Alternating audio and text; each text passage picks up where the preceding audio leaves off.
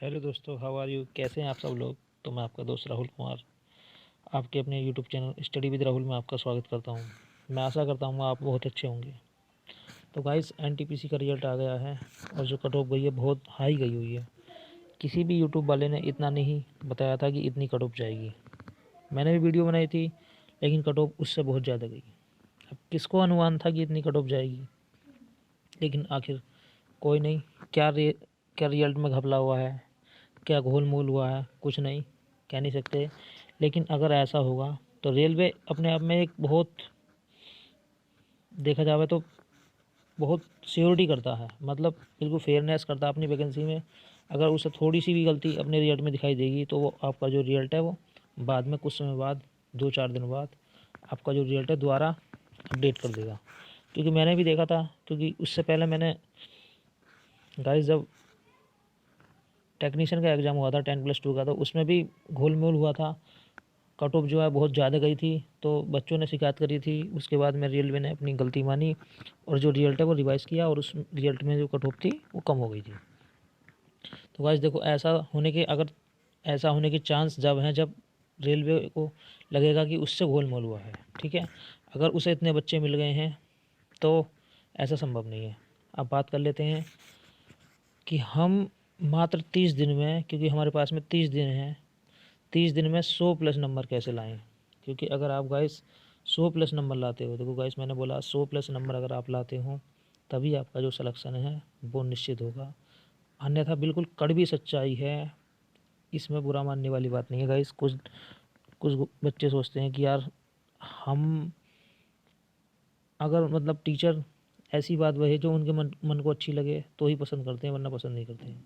अगर आपको अच्छी पोस्ट लेनी है, गुड्स गार्ड लेनी है, स्टेशन मास्टर लेनी है, या फिर बाबू की अच्छी वाली नौकरी लेनी है, तो आपको 100 नंबर तो लाने पड़ेंगे डेफिनेटली। जनरल के अंदर आपको 100+ नंबर लाने पड़ेंगे। 120 क्वेश्चनों में से आपको 100+ क्वेश्चन करने होंगे, बिल्कुल निश्चित।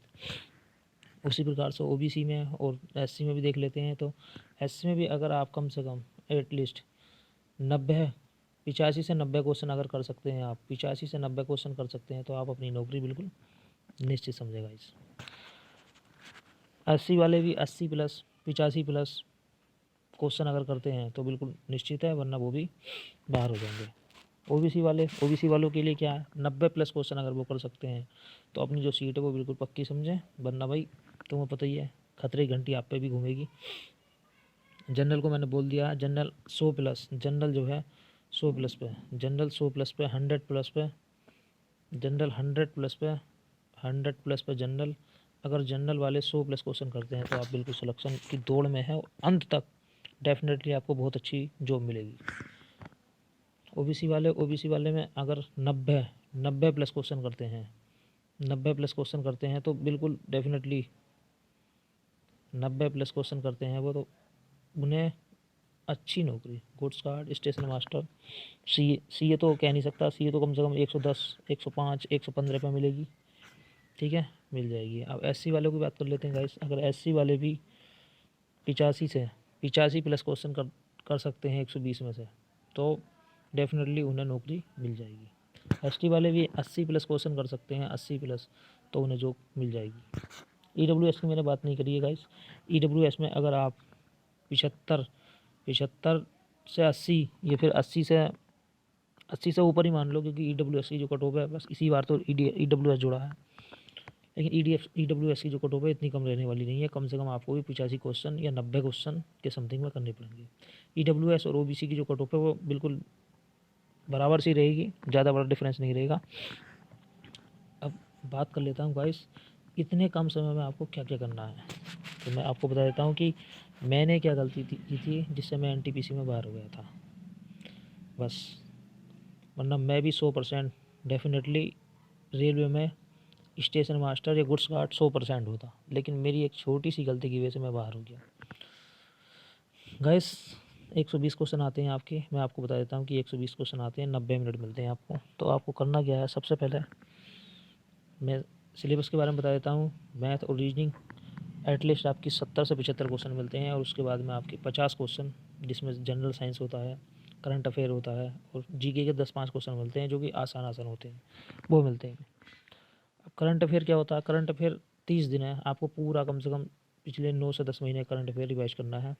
डीपली ज़्यादा नहीं जाना, मोटा मोटा करंट अफेयर आप रिवाइज कर लो, क्योंकि जो बच्चे पहले से तैयारी में हैं अधिकतर वो इसमें बाजी मार जाएंगे, और जो सोच रहे हैं यार मेरे कुछ भी याद नहीं है, तो भाई वो तो कन्फ्यूज हो जाएंगे। क्योंकि लेकिन फिर भी अगर आपने तैयारी नहीं करी है तो आप मोटा मोटा करंट अफेयर तैयार कर लो।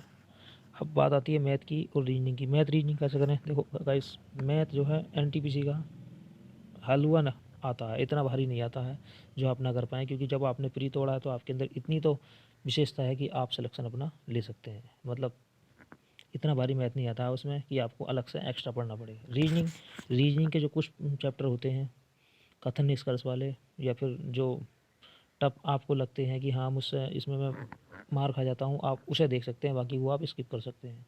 तो आपको जितना भी फोकस देना है साइंस पर और करंट अफेयर पर देना है, क्योंकि वही आपका सिलेक्शन निर्धारित करेंगे डेफिनेटली। क्योंकि मेरे भी 86 क्वेश्चन ठीक थे, लेकिन मैंने नंबर ऑफ़ क्वेश्चन ज़्यादा अटैम्प्ट करने के कारण मेरा निगेटिव स्कोर चला गया। मतलब मेरा स्कोर 74 के समथिंग में हो गया था, और जब नॉर्मलाइजेशन हुआ तो मेरा स्कोर और घट गया। ठीक है गाइस, क्योंकि इसमें मेंस में भी अगर एक दिन मेंस हुआ तो नॉर्मलाइजेशन नहीं होगा, अगर 2 दिन या 3 दिन या एक से अधिक शिफ्ट में मेंस हुआ तो नॉर्मलाइजेशन उसमें भी होना है। एक से अधिक शिफ्ट में नॉर्मलाइजेशन होना है डेफिनेटली।